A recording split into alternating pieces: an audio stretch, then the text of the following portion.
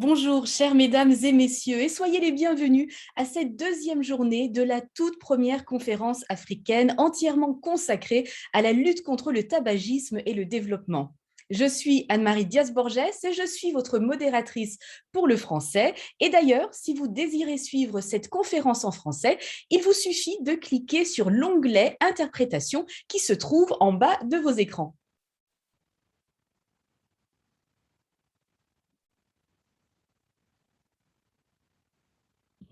Eh bien, la journée d'hier a véritablement été à la hauteur des enjeux, avec des discussions de haut niveau en compagnie d'experts émérites dans le domaine de la lutte anti-tabac qui ont partagé avec nous leur savoir et fait des recommandations pertinentes. Mais ne vous inquiétez surtout pas si vous n'avez pas pu assister à cette première journée, car voici un résumé des temps forts.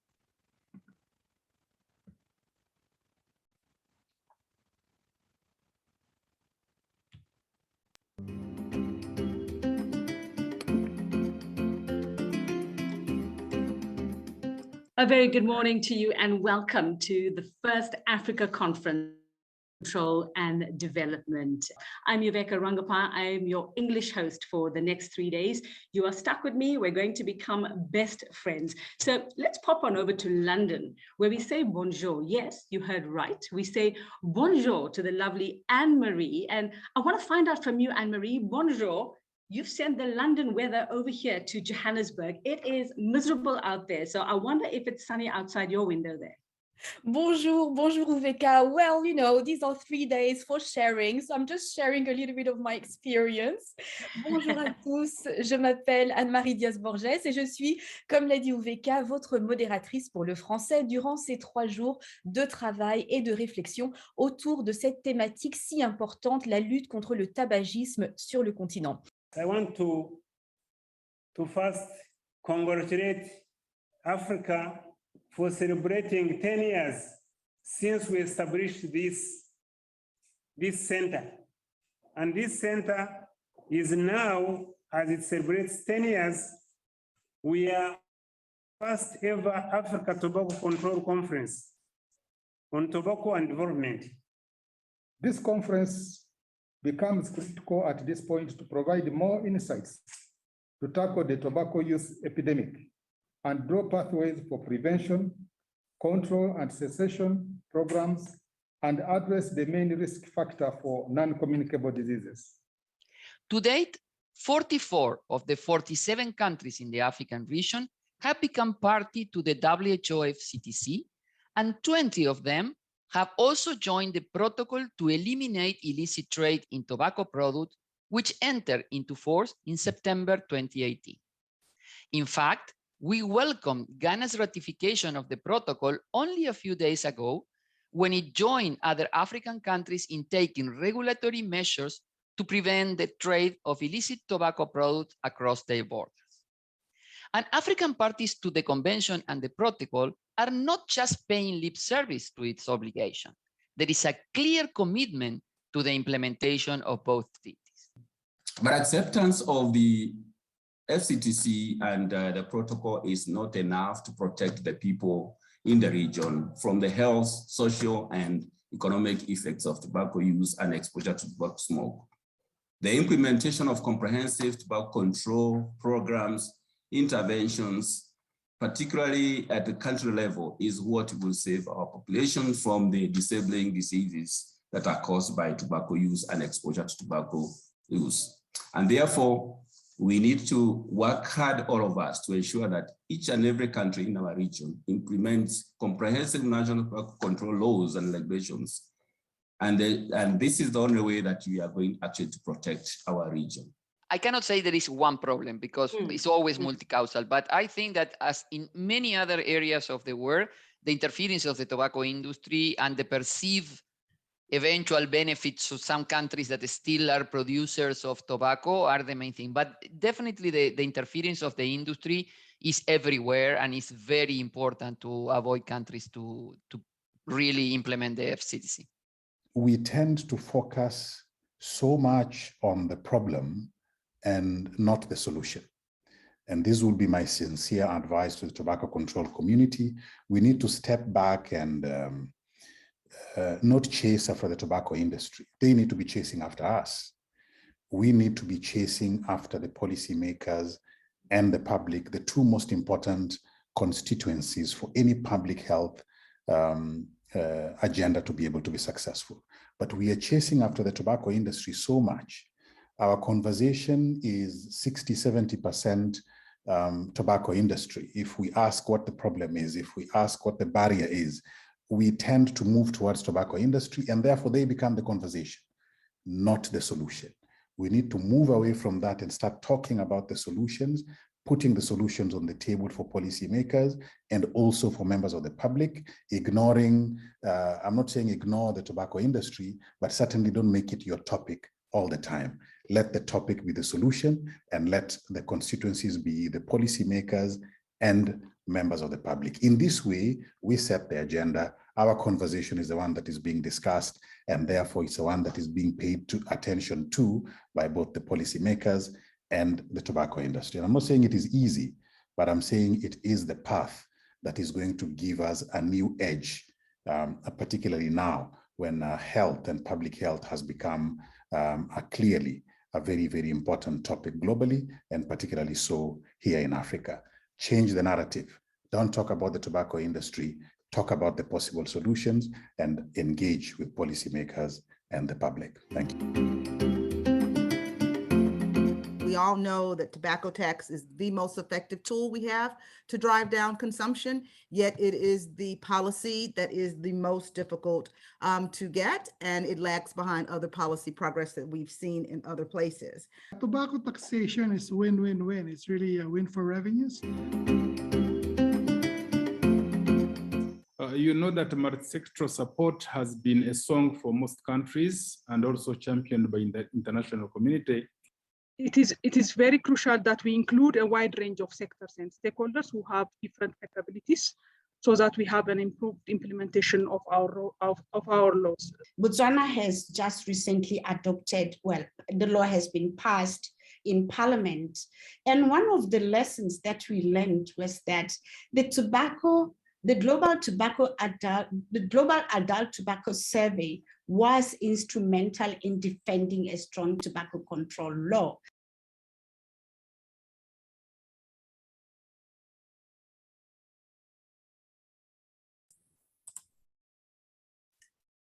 And good morning, everybody. Bonjour. My name is Yuveka Rangappa. I am your English host for today and tomorrow. And welcome back to those of you who have returned from yesterday at this very, very historic event here. Absolutely much needed. And we're so excited, Anne-Marie and myself, to be a part of this event. I can't say it enough. So I had the pleasure of just popping into one of those workshops yesterday, and I just heard wonderful terms like, let's be bold, we are a continent on the move. And I loved hearing those things, that Africa is taking a stand against just what is going on when it comes to tobacco control in the world, and here, setting the tone here in Africa. So thank you so much for joining us. Thank you for making me a part of this conference as well. So let's find out from somebody who was in one of the workshops. Let's find out, Anne-Marie, from somebody who was part of it all, an insider's view, I suppose, of just what was going on, what the workshops actually meant to those who were able to participate. And we've managed to pull up one of the attendees who's volunteered his time and to give us the inside info on who was badly behaved and who was well behaved in the workshops. Let's say hello to Master Chimbala. Now, Master does a tobacco control outreach in the civil society sector in Zambia. Master, good morning. Thank you so much for volunteering to give us the inside info. So give us some idea, firstly, just being part of this very historic event, this historic conference. What did it actually mean for you? What was your impression of day one and the discussions that you heard, especially on day one? Thanks a lot, Yuveka. It's a beautiful experience for me personally, because first of all, this marathon is important for our generation today and how we are responsible for the coming generation. And so seeing the information being shared, which presented a humongous feedback in so many spots of our outreach, advocacy, information, whether it is from the sector of media or civil society in terms of the advocacy for policy formulation, it was very beneficial, because then you could get answers in so many spots that could have been missing, whether it was aspects that related to trade and agriculture or issues to do with how strategic could we be in delivering our advocacy. And one of the key points I could quickly mention already is the remark on do not focus too much on the tobacco industry. Let's strategize on other key strengths in our marathon for building tobacco control, instead of being blinded by over-exaggerating our emphasis on the tobacco industry. So those were already key highlights for me. Thank you very much, Master Chimbala. Like Uveka said, it is such a pleasure to have you today and to actually listen, to what were your impressions then. So talking about these key points, which workshops did you attend yesterday? So I actually was, she asked herself earlier who was misbehaved. I think I was the most misbehaved. But sometimes misbehaving is good. Yes, we need it. It would be boring otherwise, yes. Indeed. I'm one of those participants who's disobedient enough to find himself in every classroom possible against the teacher's advice. And the reason is this, that in every angle you see the conversations and thematic areas being forecast to be very cardinal. So I spent a lot of time in Zunda Chisha's session, where we had Professor Jeremiah's Poe, brilliant content there being delivered and all that. So that's where I spent most of the time, but partially as well in the other two, talking about building collaborations and interlevel, working together and all that. So I was in quite about all these spaces. And so my greatest interest with this conference already, regarding my desire to capture as much as possible, is that then content gets to be shared even if you were not part of the other sessions, and that's very fantastic. All right, well, happy to hear that, Master, and happy to hear that already, I mean, on day one, that you found so much, so useful as well. Were there any particularly sort of bossy participants? Were there very bossy people running the workshops? I mean, did you feel like you were actually in school, like you would do what they told you to do? Well, I think it would never, I mean, I appreciate that sweet question. I would never find anybody bossing, because I think I was the one too disobedient to notice anybody messing up in any way. So one of the things that happened in one of the sessions when Dr. Jeremiah said the question on taxation, and saying, do not fight the issue of taxation using the algorithms of economics or revenue or money and try to argue that out. Focus on health. And I'm like, oh yeah, the perspective where you stand gives you better strength. So it's better to argue on the issues of health. And in my own assessment, I'm like, oh, that's where even the emotion for action comes from, as opposed to deliberating. And the issue is not that we would lose on the other side. It's just that the metrics are very confusing. And he elaborated that on 2 occasions, and I deeply appreciated that. So I think with that interaction, it led me to reading some other content that had already been shared. So I think I'm guilty on that front as well, disobedience. So, so far we're good. Thank you very much. So yesterday, Uveka and I, we actually put our panelists on the spot, asking them what are the 3 key takeaways, key 3 words that you would like all the attendees to remember and take away from this conference. So we are going to put you on the spot right now. You've mentioned the youth. Africa is the youth continent by excellence, and I know that you work really closely with young people on the ground. So what are the key 3 words that you would like to share today? I think this is triggered strongly from the Hoover platform. I don't know if I'm pronouncing it correctly, where we are hosting this conference, has a lot of inspirational aspects, the gamification. So one of the things I took advantage of, which I'm excited about, and so far I'm leading, but I see some people beating me already, it's raising questions and social connections and interactions. And some of those questions, we're raising these hangouts or meetups where we want to build interactions. And in my mind, I'm saying there must be deep connections of things I can learn from the Ugandan marathon, the Botswanan success, the Nigerian, and that is where I would stem key things. So one of the key words is collaboration, implying network and picking from these best practices. And my second word is action. I believe that the capacity of the tobacco industry is so huge in terms of finances, hence them being able to blind systems and block legislation and deceive our society with, whether it's e-cigarettes or shisha or whatever. So, and my last word is, I think that there are so many key people in our society, starting with our own children, who are in a mess, at least in the next 4 to 5 years, according to WHO, with 300,000 new smokers in our country yet to be, oriented. And I would add the word inclusion. I think it's not just about doing the right thing, it's about doing it with everyone together. So my final word will be inclusion. Thank you ever so much. This is such a powerful message. And indeed, to be strong, Africa needs to be healthy. And of course, it starts with tobacco control. Merci beaucoup, Master Shimbala. I'll switch to the French now. Oui, oui. It's a pleasure. Thank you, thank you. Merci. Merci, hein, Monsieur Shimbala, d'avoir partagé tous vos commentaires. C'était tellement, tellement enrichissant. Et d'ailleurs, nous vous encourageons, mesdames et messieurs, à partager autant que possible avec nous vos commentaires et vos questions, notamment dans l'onglet questions-réponses de l'application WOVA. Master Shimbala l'a mentionné. Pour ceux d'entre vous, en tout cas, qui l'ont téléchargé. Et bien sûr, un membre de l'équipe répondra à vos questions. Et également participer à la discussion sur les réseaux sociaux à l'aide du hashtag Tobacco Control en un seul mot, car cette conférence, c'est aussi votre conférence. Yes, well, I think everybody who's running the workshops today, you've seen Master Chimbala's face. Expect him to pop up in all of your workshops. And misbehave, He said and misbehave. He's going to be in all of them. He's going to be in all of them. Well, thanks so much, Anne-Marie. Well, coming up, we do have a dynamic lineup for you. We're going to start off with the plenary session. That will be moderated by the wonderful, the beautiful Fatou Diop.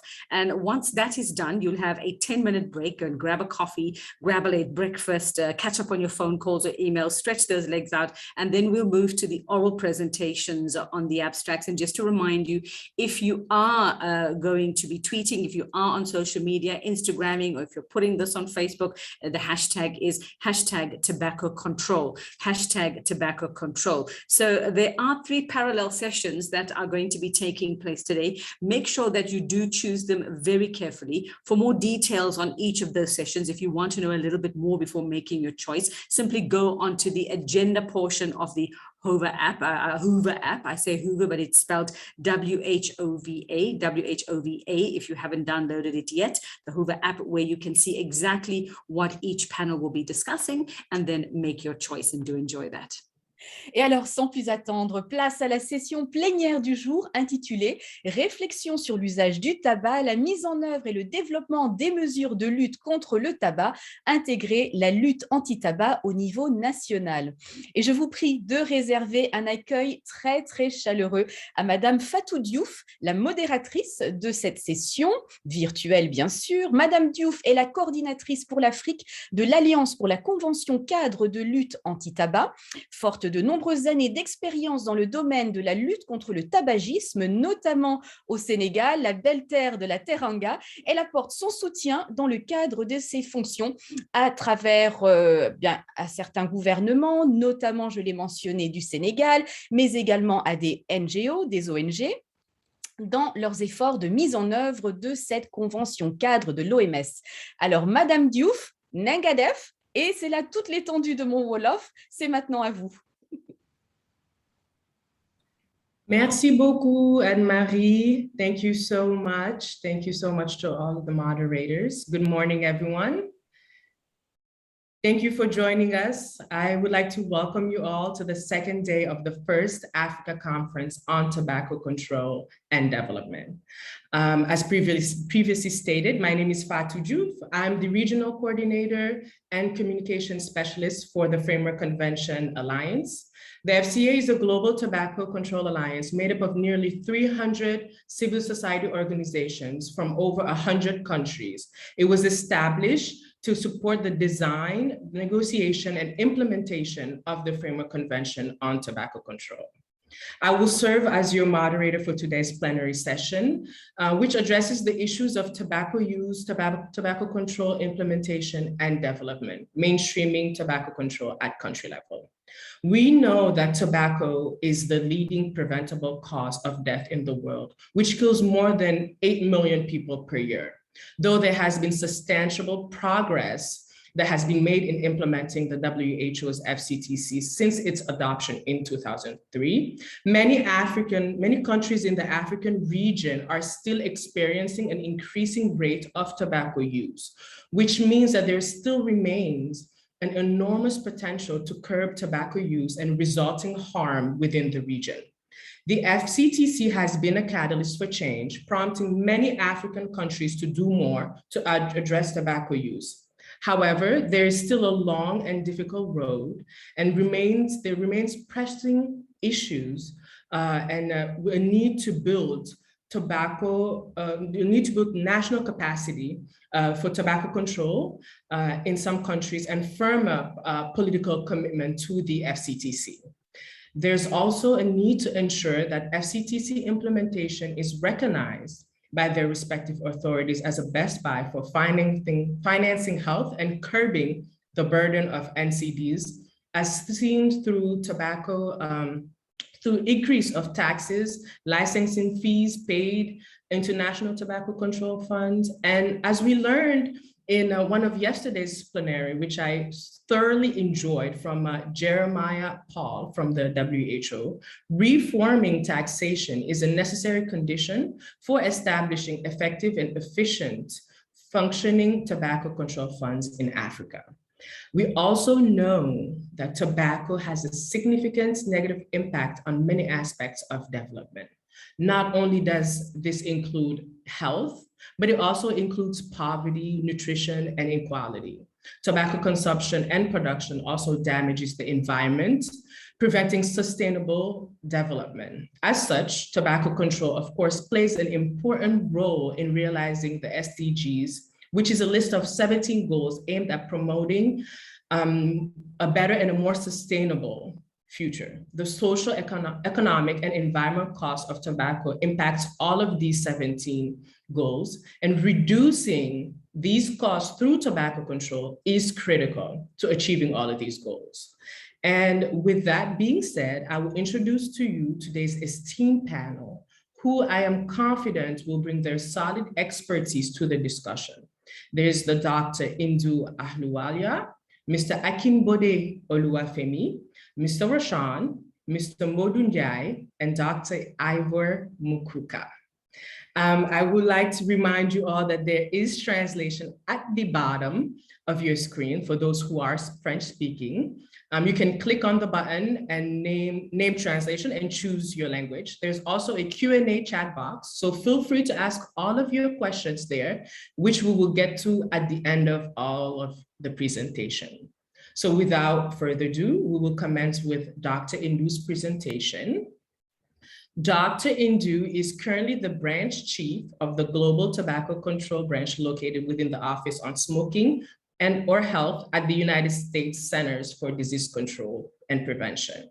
She holds a Master's of Public Health with a focus on international health from Yale University of Public Health.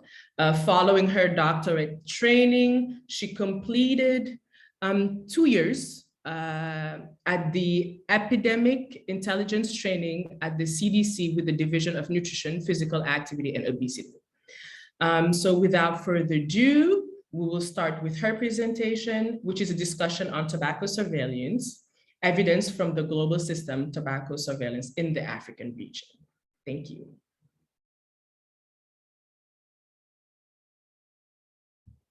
And welcome to this session. My name is Indu Ahluwalia, and I work for the U.S. Centers for Disease Control and Prevention, Office on Smoking and Health. Today, I'm going to share some evidence from the global tobacco surveillance system in the African region. After all, if we can measure it, we can do something about it. So measuring tobacco control is central to assuring that country-level evidence is generated and informs actions at all levels.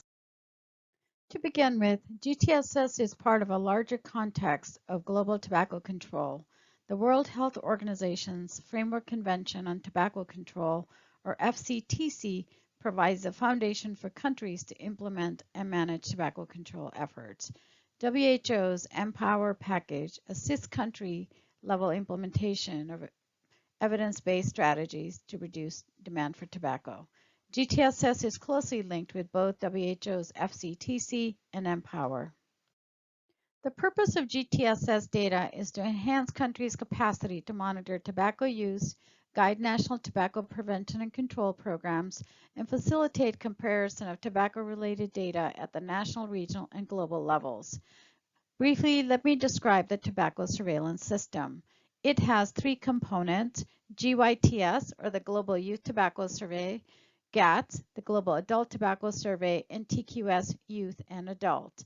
I will be sharing data from GYTS and GATS today. Global Youth Tobacco Surveillance System is a larger surveillance system developed and maintained. It's been implemented in 188 countries or sites. It's a standard systematic process that collects nationally representative data from school-age children 13 to 15 years of age. It generates comparable data both across time as well as countries, and Afro region is well represented in this surveillance system. The GYTS data on prevalence of current tobacco use among youth 13 to 15 years of age by WHO region is shown in this slide. And you can see the males typically in each region have higher prevalence than females. And for the Afro region, shown in blue, it is also the case. This slide shows data from 37 countries from GYTS. And these are estimates of tobacco use among youth by gender. The dark line shows the overall prevalence, and then the gray lines are for boys, and light blue is for girls. And you can see generally higher prevalence for each of the countries are showing for boys than for girls. Many countries in the Afro region have done multiple rounds of data collection using the GYTS, and here are 4 country examples shown here with different patterns of what's going on in terms of tobacco use among boys and girls. This slide shows youth susceptibility to tobacco use among non-tobacco users in 37 countries for whom we have data for in the Afro region. There's a range of youth susceptibility prevalence from under 10% to over 5 countries reporting 25% or greater. This indicator is useful for assuring the adequate programs can be developed and implemented to reduce youth's vulnerability and initiation. Of course, vaping novel products are in everyone's mind, and here are data from 4 countries that have collected this information from their students, 13 to 15-year-olds, using GYTS surveys. There are 3 indicators in this particular slide. Students hearing about e-cigarettes ranging from 53.8% to 13.7%. Students reporting e-cigarette use ranging from 18.8 to 4.9%. And then last, e-cigarette use among those who've never smoked cigarettes ranging from 9.8 to less than 1%. Now I'm going to shift focus from youth to adults. Global Adult Tobacco Surveillance System is a data collection system that uses standardized methodology to collect nationally representative data for adults aged 15 years or older. Several countries in the Afro region have collected data using GATT, and they become proud members of the 36 countries having implemented GATT globally, representing 70% of the world's adult population. This slide shows the prevalence of tobacco use across 32 countries among adults. The yellow bars represent data from the Afro region. More specifically, data from 8 countries with tobacco use prevalence estimates ranging from 17.6% in Botswana in 2017 to 5% in Ethiopia. This slide shows data from 31 countries for those who currently smoke and have made a quit attempt in the past 12 months. Again, the yellow bars represent the countries in the African region. And what's key about this is as we move into the campaigns for Commit to Quit, it's important to know that large proportions of people who currently smoke want to quit. Here are data from several indicators that might highlight potential spaces for tobacco control programs to be enhanced, implemented, or reinforced. The first indicator is percent of adults who noticed a warning label about the dangers of tobacco and were considering quitting because of that exposure. So that ranged from 55.9% in Kenya to 23.3% in Ethiopia. The second indicator is the exposure to secondhand smoke in 4 major locations where people might frequent. Again, this ranged from 29.5% in Cameroon to 13.6% in Uganda. And the third indicator here is adults who noticed any advertisement or signs promoting cigarettes in stores where cigarettes were sold, with a high of 21.1% in Tanzania to less than 1% in Ethiopia. We know there are threats to tobacco control, and one has to do with the marketing of tobacco products to youth and adults. When we take a look at the industry influence, data shows that many students are exposed to free tobacco products as well as adults. There's quite a variation across countries, however. Lastly, tobacco industry is not sitting quietly. As you can see what they're doing and saying in 2019, these were full-page advertisements in the Wall Street Journal newspaper, and neither must we. So in summary, we know that GTSS covers majority of the adults and youth around the globe. Substantive surveillance coverage is in the Afro region for both youth, and it's growing for adults. GTSS data provide insights into youth and adult tobacco use, quitting behaviors, and other exposures. The diversity of products and industry messaging positions may influence tobacco control directions as the landscape continues to change, whether it's in terms of new products, promotion of these products, or the pandemic. All lead us to conclude that credible evidence is a must to protect our youth and our citizens. Thank you very much, and I know you'll keep the conversation going, and I wish you all the best as you proceed with the rest of the conference. Thank you.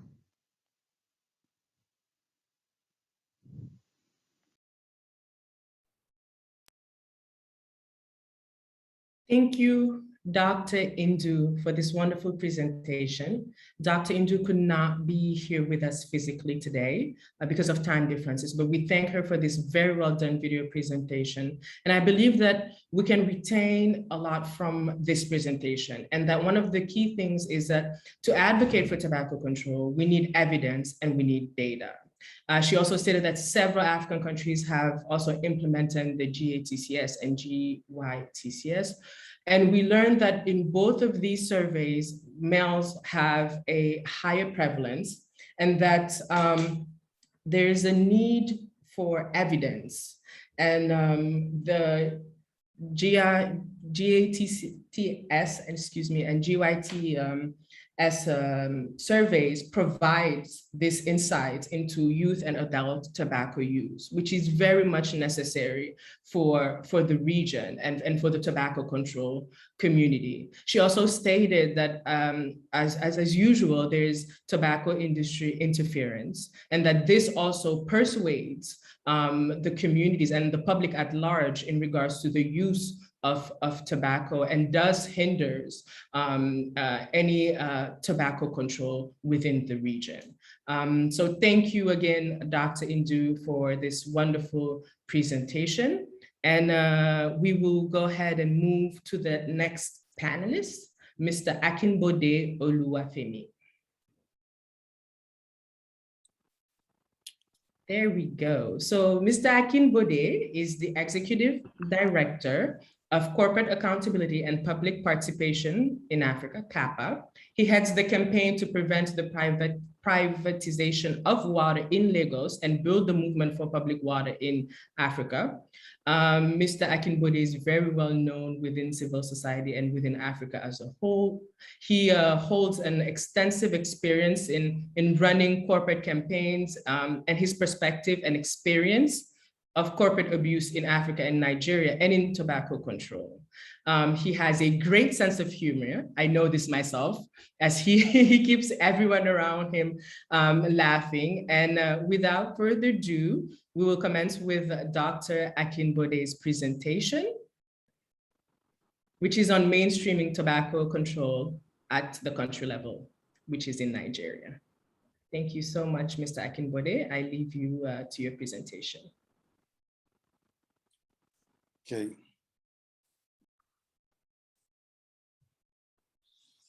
All right. Good day, everyone.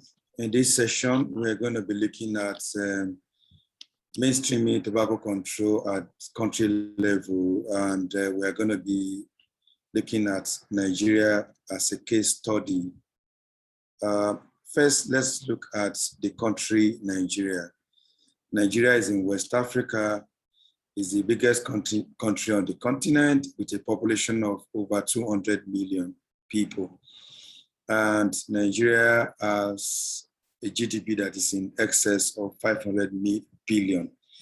Of course, a lot of us will know Nigeria for being an oil producing country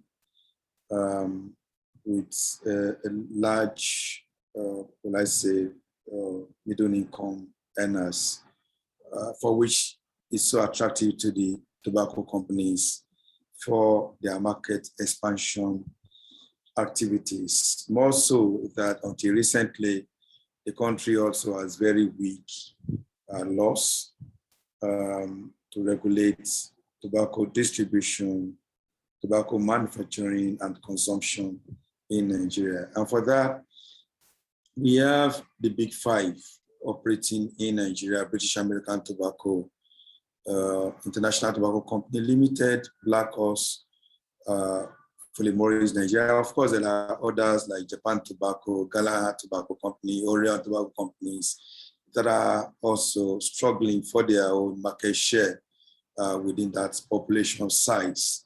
BATN, of course, is the undisputable market leader in Nigeria, controlling well over 78% of that market share. And so there has been a huge invasion of that country by the tobacco companies, and Nigeria is almost becoming one country that they are struggling to, capture the population, get them addicted to smoking, and most importantly, again, export tobacco products to other West African countries and even Central Africa. So Nigeria is fast becoming a hub of tobacco manufacturing, essentially because of some incentives that the Nigerian government gave to the tobacco companies, one of them being the most discredited export expansion grant, for which the Nigerian government claimed it was stimulating local production of goods and products. And we had to challenge that until the tobacco companies were removed from that particular incentive. So as of today, let us look at where we are as a country on the tobacco control map. When you look at the FCTC, Nigeria ratified the Framework Convention on Tobacco Control on October 20, 2005. It has also ratified the Protocol on Illicit Trade, which was done on March 8, 2019. For the domestic laws, we have the National Tobacco Control Act, which was adopted in 2015 after years and years of advocacy and pressure from the tobacco control community. But it also took us another 3 years before we got the National Tobacco Control Regulation. And I must say that in Nigeria, National Tobacco Control Act happened to be the only law that you need to go back to Parliament to have the set of regulations that will operationalize the acts. We had to fight all over again to get those regulations adopted in 2019. And so because of the size of the country and because for a very long time the laws were not there, the cost of smoking, and of course it means smoking is rising in Nigeria. And about 18 billion cigarette sticks are sold yearly in Nigeria with a price tag of about around $31 million. A survey recently by the Center for the Study of Economics of Africa, put annual deaths linked to smoking in Nigeria at 28,876. I must stress that this, of course, will keep rising because of the pandemic, the COVID-19 pandemic, which we all know is linked to, if you're a smoker, there is going to be fatality or hospitalization, or that you degenerate, your condition degenerate if you smoke, and of course, can also lead to death. So with the COVID-19 pandemic, it's not unexpected that the annual death rates in Nigeria will keep rising for now. So as I said, how did we get here from a nation where our president had to go to London to go and sign all sorts of memorandum of understanding with British American Tobacco, as you can see in this photograph, from a federal government, our central government, that celebrates the establishment of tobacco manufacturing plant as one of its biggest achievements to a country that now has very strong tobacco law, the law and the regulation. It was a very long journey to freedom, but I'll tell you, at the very, very beginning, what we did was to use the Framework Convention on Tobacco Control as the gold standard. What we did was to use the FCTs to set the agenda that Nigeria, as a party and signatory to the convention, must have a national law that domesticated all the provisions of the Framework Convention on Tobacco Control. Our target was very clear also, that we needed a National Tobacco Control Act. From day one, we have said that Nigeria needs a comprehensive tobacco control act. So for every national advocacy, the targets must be very clear and precise. And then here we are in the country with myriads of problems, large population, large economy. And so tobacco wasn't that or the front burner of national discourse. So it behoves on us to consciously and deliberately mainstream tobacco control. And to do that, we have to look at how tobacco, of course, impacts on health, and everybody still want to know about what impact on their health. We look at how tobacco is a human rights issue.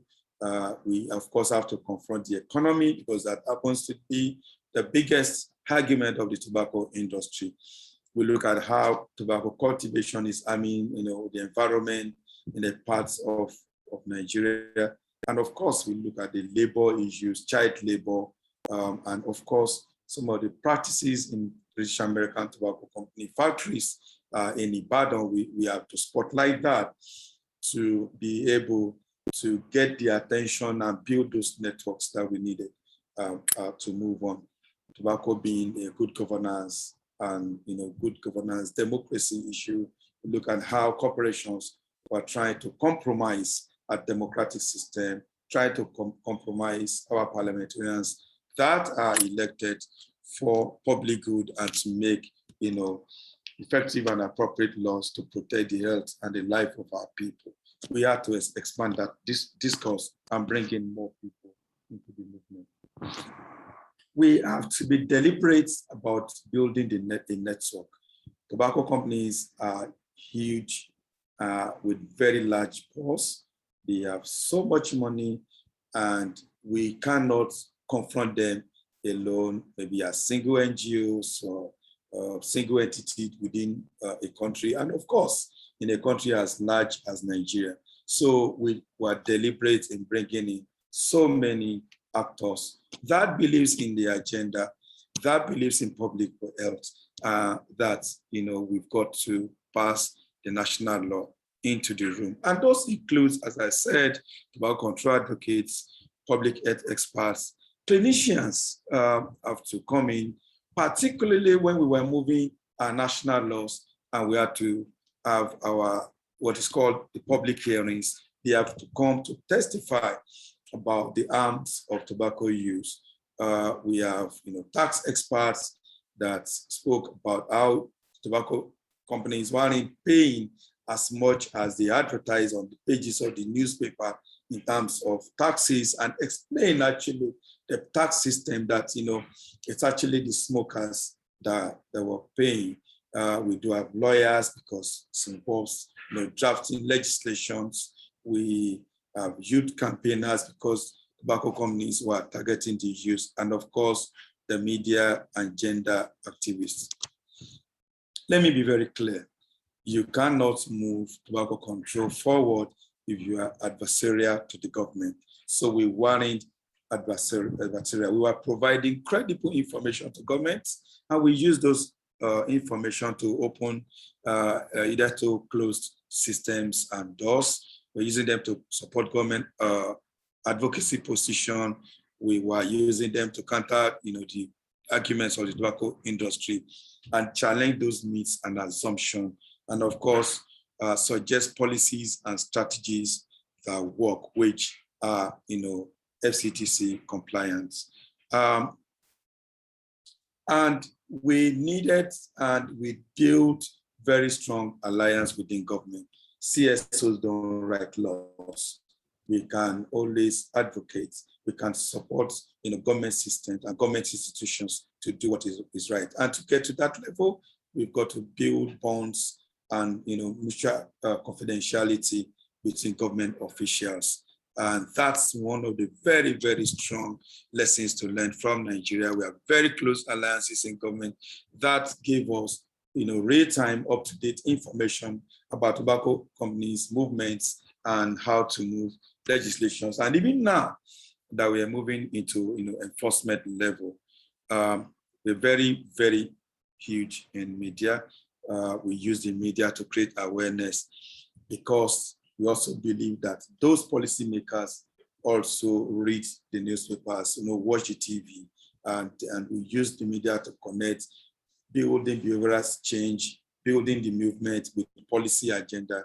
And of course, we know that our opponents don't like bad media, and we really, really use the media against them. We cannot leave the media because if we leave the media, it's a contested space.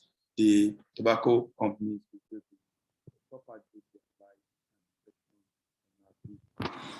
and when you embark on strong policy advocacy, when we all want to move tobacco control forward, we can only succeed if we monitor and expose and counter the industry.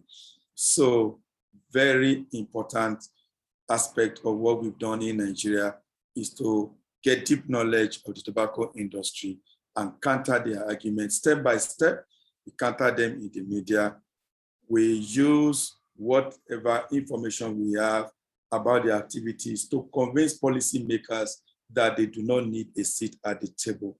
Of course, they initially want to write the laws for Nigeria, but we had to turn the table against them. We did traditional name and shaming. We used a lot of the data that we have during the public hearings, TV shows, and the rest of them. And of course, I must say, yes, here we are. We have the National Tobacco Control Law. We still need to build our networks. And our networks, I mean that, mobilizing the resources that we need for tobacco control, not only in Nigeria, but on the continent. I'll stop by saying, yes, when we make little success, we celebrate, because it took us a lot of resilience to get to this. When we look at what it takes Nigeria to get to this, we're talking about very strong campaign that span between 2000 and where we are today. So people need to be very resolute. Africa needs to be focused, and Africa needs to be firm to be able to resist the tobacco companies' advances and their onslaughts on our continent. Thank you very much. Thank you so much, Mr. Akinbode. I loved that last slide, of course. Yes, we must celebrate every little success as it leads to big successes. I think it is very important to understand that mainstreaming tobacco control has been a long journey for Nigeria, but it also has been a long journey for many African countries. What I've gathered from your presentation, Mr. Bode, is that you must use the FCTC to set the agenda, right? You must have an objective and a target ask the right questions, such as how does tobacco impact on health, development, and even human rights, right? We also learned that it is important to build your network, provide credible information and evidence. The need for data and evidence is very necessary. To build strong alliance with government, as they are the decision makers and the policy makers, and to build that relationship provides a synergy and a harmonization of when we discuss tobacco control agendas, and to understand, of course, and bring in the media, as it has a huge capacity for creating mass awareness, and of course, monitor and expose the industry. I also liked what you stated in the end, that it is very necessary to build our network. Building network and synergy is very important when we're discussing tobacco control, and that mobilizing the resources needed for tobacco control is very, very necessary. Africa needs to focus firm, as you say, resist tobacco companies' advances, and really move forward in being able to fully implement the FCTC. Thank you so much, Mr. Bode, for this presentation. I will go ahead and introduce the next panelist, Mr. Rashawn, who just greeted us with his very large smile. I absolutely love it. Mr. Rashawn is from the Ministry of Health in Mauritius. He's the Senior Public Health Officer at the Ministry of Health and Wellness. He has also served as the tobacco control focal point at the ministry. He holds an MA in communications and public relations, and he has more than 20 years of experience in public health, communications, public relations, and food safety and training. He has also assisted governments and many NGOs in different African countries on tobacco control communication initiatives, and has played an instrumental role in enhancing the position of Mauritius as one of the regional leaders in tobacco control in Africa. So without further ado, Mr. Rashawn, I give you the floor. Thank you so much, Fatou. Let me share my screen first, and here you go. Second, I hope all of you are able to see my screen right now. Here we go. So here we go. So greetings to all of you. So thank you so much for giving Mauritius the opportunity to share our experience today. So it's a pleasure to be amongst all of you here today. So my presentation will be basically, as you're all aware, about the tobacco control implementation experience from Mauritius and mainstreaming tobacco control at our level, basically. So just a brief overview, a situational analysis for all of you who don't know where Mauritius is. So we are next to the African continent, I mean the east coast of Africa, next to Madagascar. But for information, we ratified the WHO FCTC in 2004 and we acceded to the protocol in 2018. And we have already actually in place a comprehensive FCTC compliant law since 2009. Just for you to know that we have a high incidence of NCDs in Mauritius. And the last tobacco, the NCD survey, which was done, was back to 2015, where we've seen 19.3% basically prevalence of smoking is 19.3%. And I'm happy to inform you that the date now, when I'm talking to you, Mauritius, we are proceeding with our next NCD survey. So very soon you will be able to see the findings of the NCD survey 2021. So as Indu rightly mentioned, thank you so much, Indu, for highlighting Mauritius in terms of the GYTS survey 2016 as well. So Mauritius, we are basically the smoking prevalence among the youth, which you have surely seen, is 13.6%. And there is, in fact, a high exposure to tobacco smoke in Mauritius, about 45.6%. That's basically what gives, more justification to our legislation, which is in place. So let's now come to the important issue of the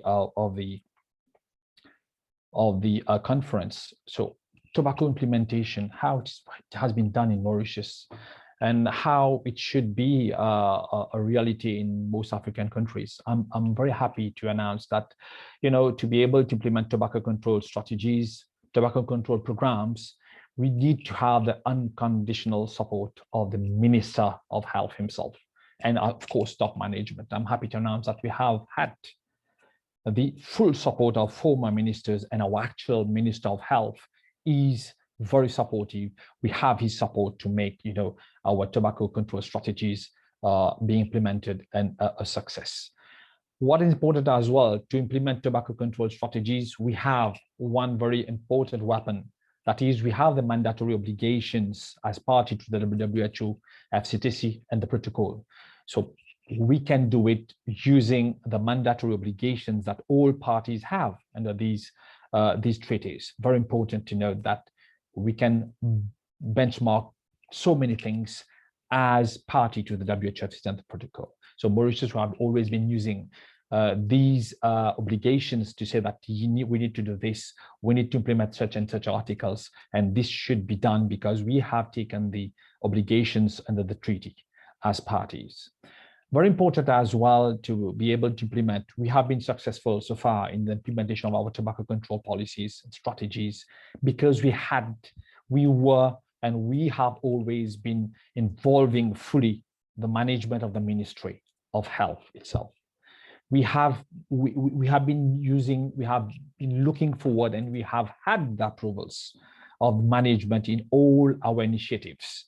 Right, and of course, this was blessed by the central government as well. Very important element to ensure tobacco control implementation, tobacco control policies to be implemented, is the committed efforts of a qualified focal point. I'm very happy. I'm blessed. Feel honored to have been one of those tobacco control focal point, and I know my dear sister Vinoda as well is on this platform today. She has been as well. So this is what was important for Mauritius to be successfully implementing its strategies. That is, we need to have a qualified, someone who is really committed. The zeal and enthusiasm of that officer is extremely important to make things move. Networking of that focal point, that focal person with different stakeholders, international, locally. I have had that opportunity to network with international NGOs, international organizations, WHO headquarters, WHO Afro, CTFK, World Lung Foundation, Vital Strategy. I can go on like this. So we have been having that blessing as well of different NGOs throughout the world.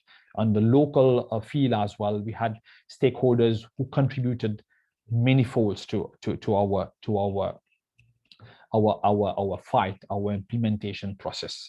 Technical assistance and capacity building, extremely important. We need to get resources from abroad, resources from WHO, resources from other countries, capacity building exercises. So these were opportunities that every country on Africa need to look out. We need to tap resources. We need to go on the lookout of these assistance. Believe me, we have had the privilege to get those resources, and every country on Africa can do that, provided you know where to go. WHO is here.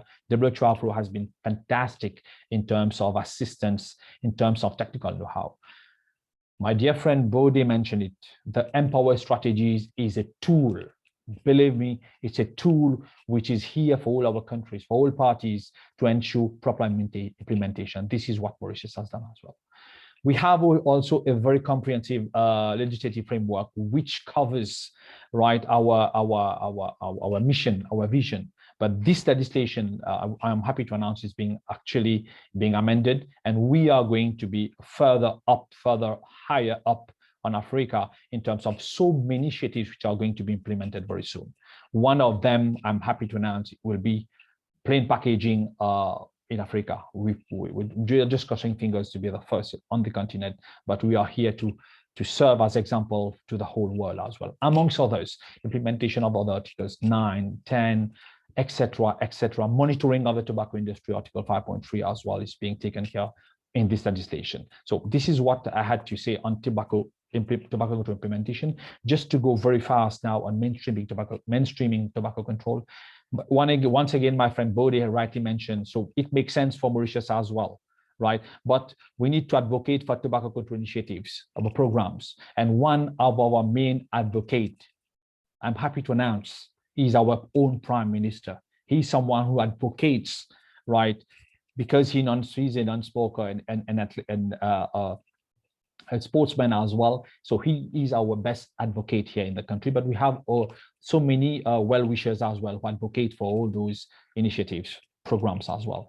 But what is very important for to be able to implement the tobacco control initiatives is that we need to recognize tobacco use as a major health problem through effective dissemination of information. And we are having this done. We have been able to do this in Mauritius, and Africa can do this as well. Tobacco control initiatives needs to be evidence-based and targeted of the research. This is what we have done.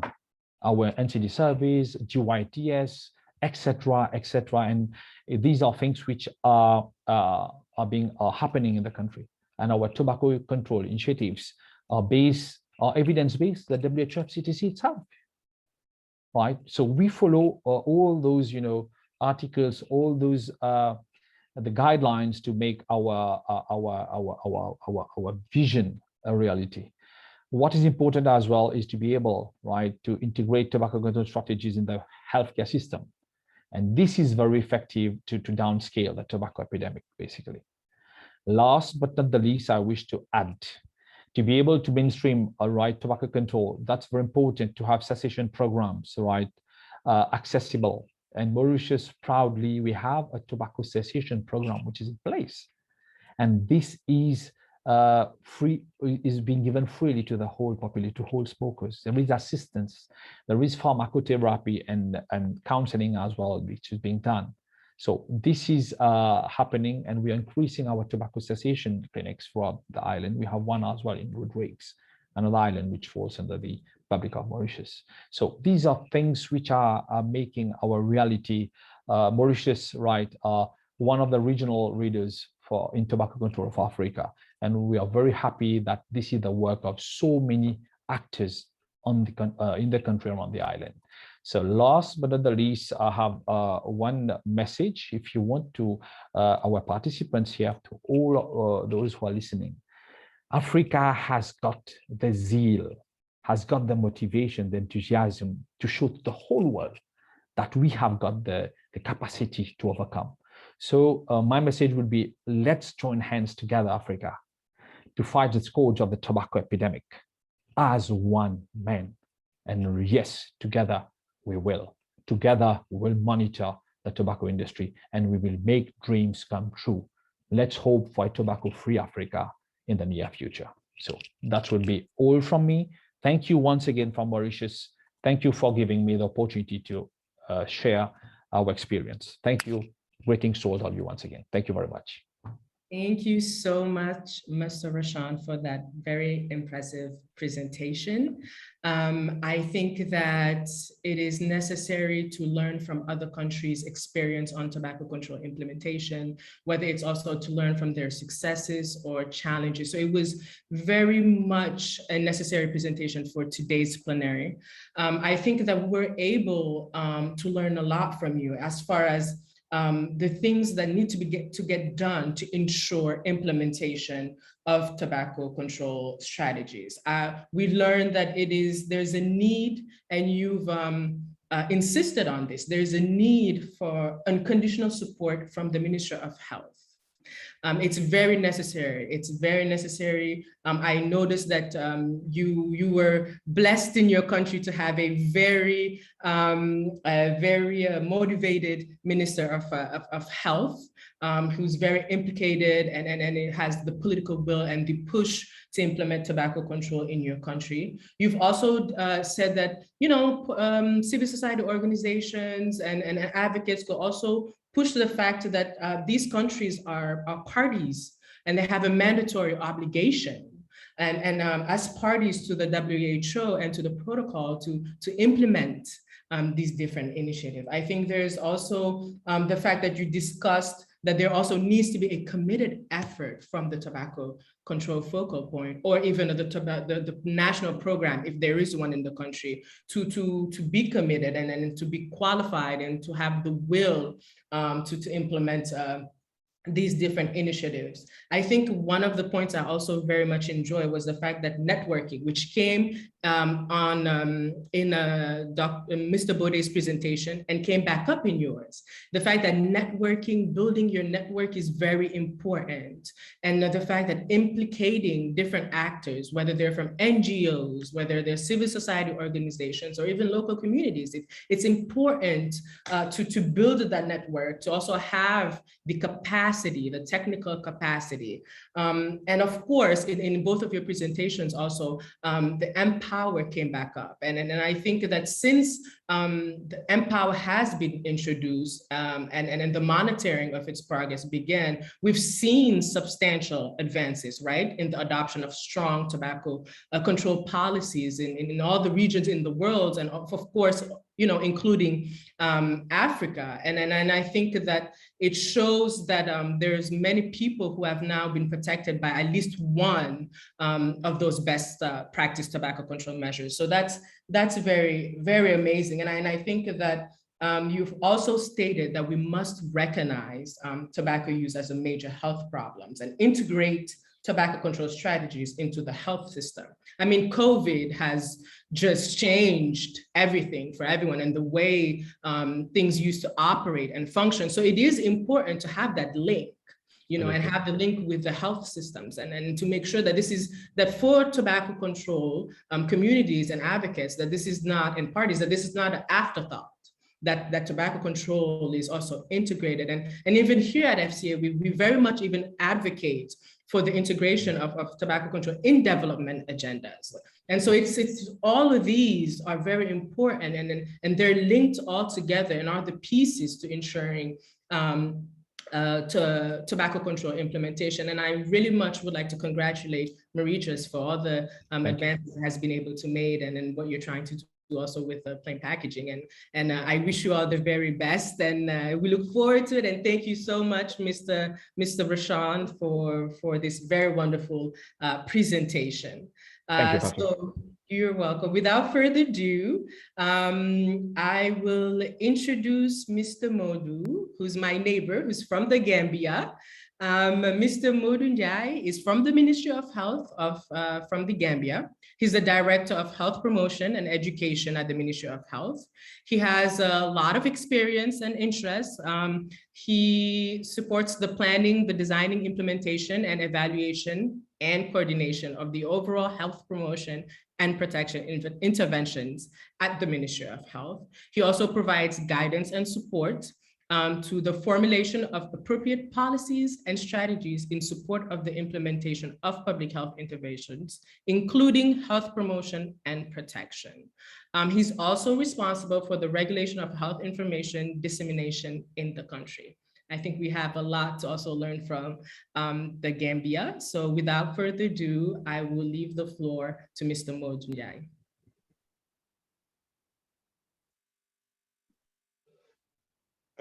Thank you very much, Fatou, for giving me the floor to make a presentation coming from the Gambia.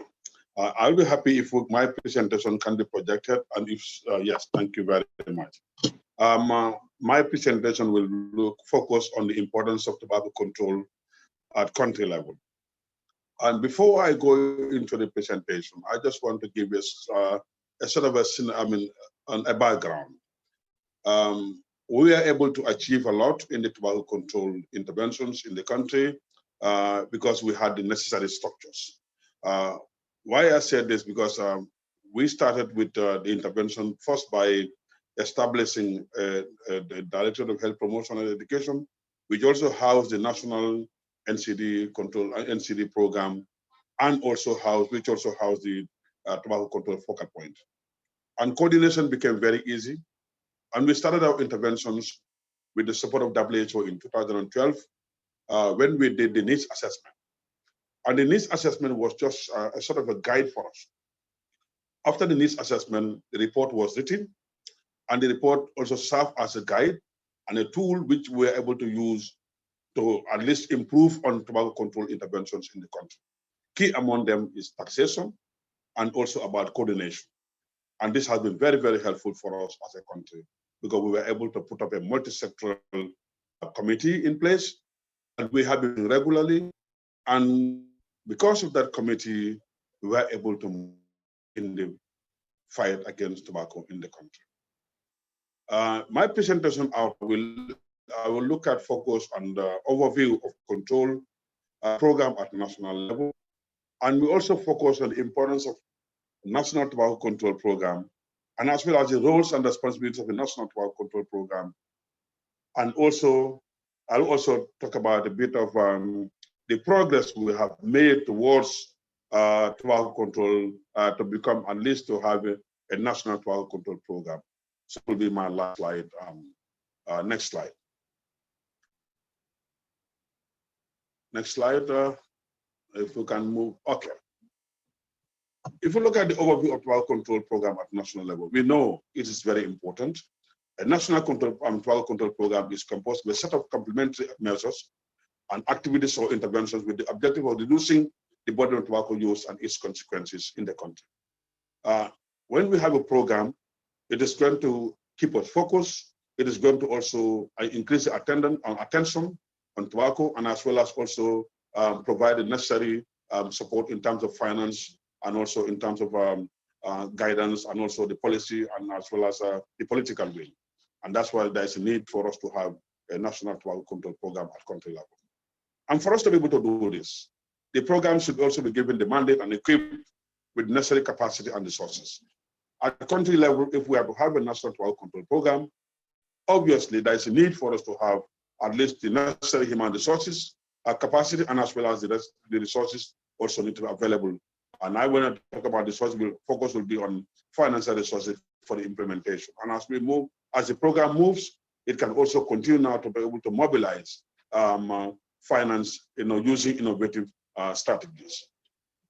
The tobacco control program is also structured in the program units at the country level, and also a coordination mechanism. I mentioned this before, that's the National Tobacco Control Committee. The National Tobacco Control Committee is already one of the components in the Tobacco Control Act, which give the committee the mandate to be able to control tobacco control activity.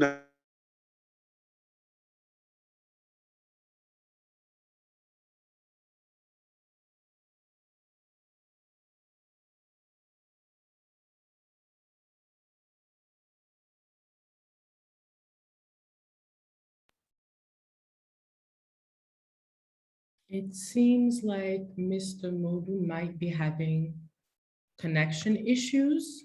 We're just going to hold for a bit, see if he will come back, or if not, we will just continue. Let's just give him a bit of some time, as I think his presentation is very important, the need for tobacco control programs at the national level. We'll just give him a couple of minutes.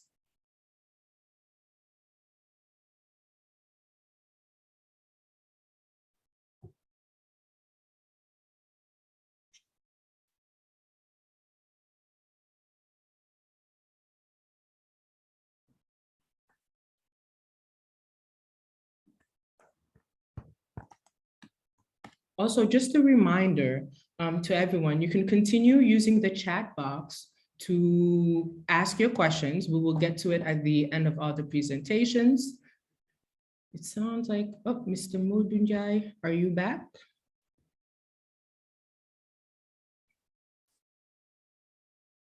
No, so we've lost Mr. Modunjai. We will see if he will be able to connect back on. Nonetheless, I think his presentation was very informative as he started discussing how a national tobacco program was constructed in his country, and also the importance, of course, of a tobacco control program at the country level. He spoke about the need for the necessary structures to be able to construct a tobacco control program and to make sure to have a multi-sectoral committee. The need to start by maybe like a needs assessment, which provided a guide to and also to the country, and also after that was able to construct a report which was used as a tool to improve tobacco control implementation. We understand also that the objective that they have for their tobacco control program was to reduce the burden of tobacco use and its consequences. There is very much a need to continue developing tobacco control programs in various African countries.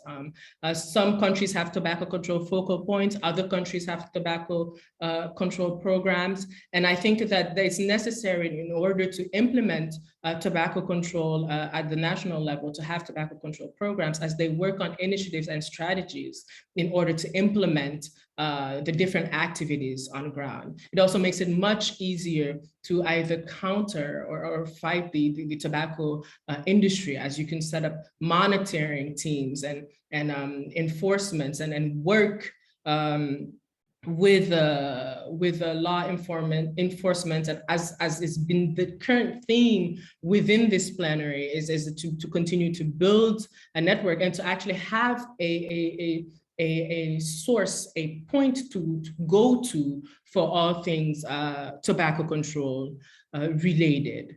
I believe that we've come now to the questions and answer portions. I will ask for Mr. Dahari Rashan to put his camera back on and his mic on. You are the last man standing, and we will go to you. Oh, we have Mr. Akinbode. I'm glad to have you back also. The two last men standing to answer your questions. So I am glad to have you back, Mr. Bode. We will go to the questions portion. So first question, there's a question asked about why does the tobacco industry seem so much more powerful than the public and governments, especially seeing how they seem to succeed in blocking tobacco control legislation for years. So maybe we'll go to Mr. Rashan and then give the floor to Bode. Sure. Thank you so much, Fatou. Interesting question. Maybe attendees will be surprised. Mm-hmm. In Mauritius, we have, there is no tobacco manufacturing. We have actually, the only one that was here in Mauritius was the tobacco BAT has been delocalized in Kenya. We have importers. We do not let the tobacco industry through the importers to interfere in our policies. So the actual legislation which has been prepared, which is on the verge of being implemented, I mean, being approved. Actually, there were some attempts by the tobacco industry to interfere through the Mauritius Chamber of Commerce and Industry. But thank God I was there, and my predecessor as well has always been very firm on our stand. We do not let the tobacco industry interfere. Article 5.3 has been always used. And we are inserting in our legislation, we have inserted a specific regulation to monitor the industry as well. Article 9 and 10 is there, but we have as well a specific regulation to monitor tobacco industry where it will be an offense whenever anyone would interfere with the policy. So yes, they are very powerful because they always use, scapegoats. They use all tricks and tactics, to interfere with our policies. There were attempts, but I could manage just like that to keep them in the corner. So we are happy that they are not given any opportunity to interfere. So far in Mauritius, we are on the safe side. I know it's in Africa, it's very hard, but we just need to be very cautious and be on our guard and use our mandatory obligations, as I mentioned in my presentation, to just navigate through them. So this is basically what we can do we have been doing in Mauritius. Amazing. Thank you so much, Mr. Rashan. I see that Mr. Modu is back. Mr. Modu, would you like us to go back to your presentation? Yeah, I would like to proceed. Sorry for that. We have internet challenges in the country for the past weeks, so we have been struggling with it. It is completely okay. We completely understand. We'll give you back the floor. Bode, we will come back to you for your answer for that very first question. Thank you, Mr. Rashan, for answering. If I may just ask Mr. Modu, since we're running out of time, if we could just go through the slides very quickly. And then we'll just get to the questions because we're running out of time, and I want us to be able to get to the questions. Okay, can we move to the next slide, please? Right.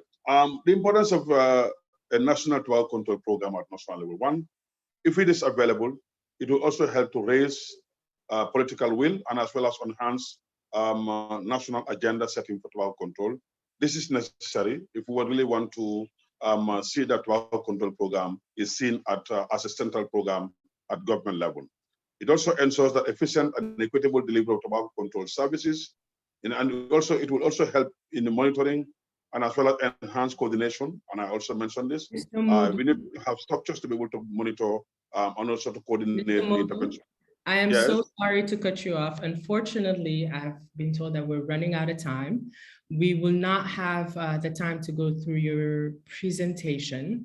I'm going to ask Natasha maybe to just let us 5 more minutes for Bode to answer that questions that was asked. We will ask maybe for the panelists, if there are any further questions, to answer directly on the app, the Hoover app. I will just ask for, after that, each panelist to just say a word of clothing so we may wrap up. Okay, thank you. I'm very sorry, Mr. Modu. Bode, are you back? Yeah. Okay. So to that question, why are the tobacco companies powerful and why have they been able to delay or in some cases frustrate tobacco control efforts this long? Let me tell you that some of these companies are truly powerful in terms of their balance sheets. Some of them are over 50 billion, over 80 billion, several billion corporations. And we're talking about countries whose budgets, annual budget are not near the budgets of some of these corporations. Some of these corporations have also learned from the same playbook used by, let's say, fossil fuel companies, oil companies, and the rest of them, where they look at, a sovereignty, they look at as a nation, and there is already existing playbook to compromise those democracies. And you know why? Because corporations are as powerful as our government make them to be. What do I mean? No matter how rich a corporation is, when you are within a territorial scope, you must abide by the laws of those countries. And so a lot of the time, what happens is they don't allow those laws to happen, or they compromise either by bribery, as we've seen in some of the exposés and the rest of them. Our systems that is supposed to regulate and make the laws. So our responsibility is to support our government to be able to stand firm in the face of these multifarious, attacks by the corporations, to compromise while they exist in the interest of our people.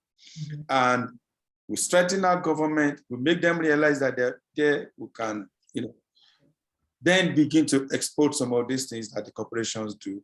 But most importantly is what Roshan said. We already have CTC, we have Article 5.3, we have Article 5.3 guidelines. Now is a time for African nations to begin to look at administrative measures that will insulate tobacco control works, tobacco control initiatives from all the industry is doing to frustrate and undermine those efforts across our continent. Thank you so much, Mr. Bode, for this very detailed answer. I will just like you all to maybe say 2 words, 3 words to just close it, because I've been getting told that we need to wrap it up. It's time. So please, last words, 2 to 3 words, just 2 to 3 words. Mr. Rashan, we'll start with you. Well, I think Africa has got extremely very interesting potential to fight the scourge of the tobacco epidemic. We have got expertise. Let's use it. Networking would be the message. Let's join hands once again together. Thank you so much. Towards one same goal. Thank you. Thank you so much, Mr. Rashan. Mr. Modu, 2 to 3 words. Last words. Oh, Mr. Modu is freezing. Mr. Bode, let's go. 2 to 3 words. First is to thank the organizers of this conference, and just say that Africa is rising, and we will rise to defeat the tobacco companies. This is a battle for our continent, and we will win. That I am very sure of. Africa will win the tobacco struggle. Thank you very much. Thank you so much. Very powerful. I will join those 2 statements. Africa is rising. Mr. Rashan, I would add to that. As you said, we will rise as one. And we will go ahead and implement tobacco control strategies. We will defeat the tobacco control introduced. We don't need to reinvent the wheel. We have the FCTC here. It is our guide. As they said, it is our book. We need to use it. And all of the information is already here. So I would like to thank all the organizers, thank all the wonderful panelists. Honestly, we've learned a lot from you all today. Please, if you have the time, go ahead on the app. And answer all the questions. And thank you to all the participants for participating in today's plenary. Thank you all so much. Thank you so much. Thank you all. Thank you. Greetings. Thank you. Thank you so much.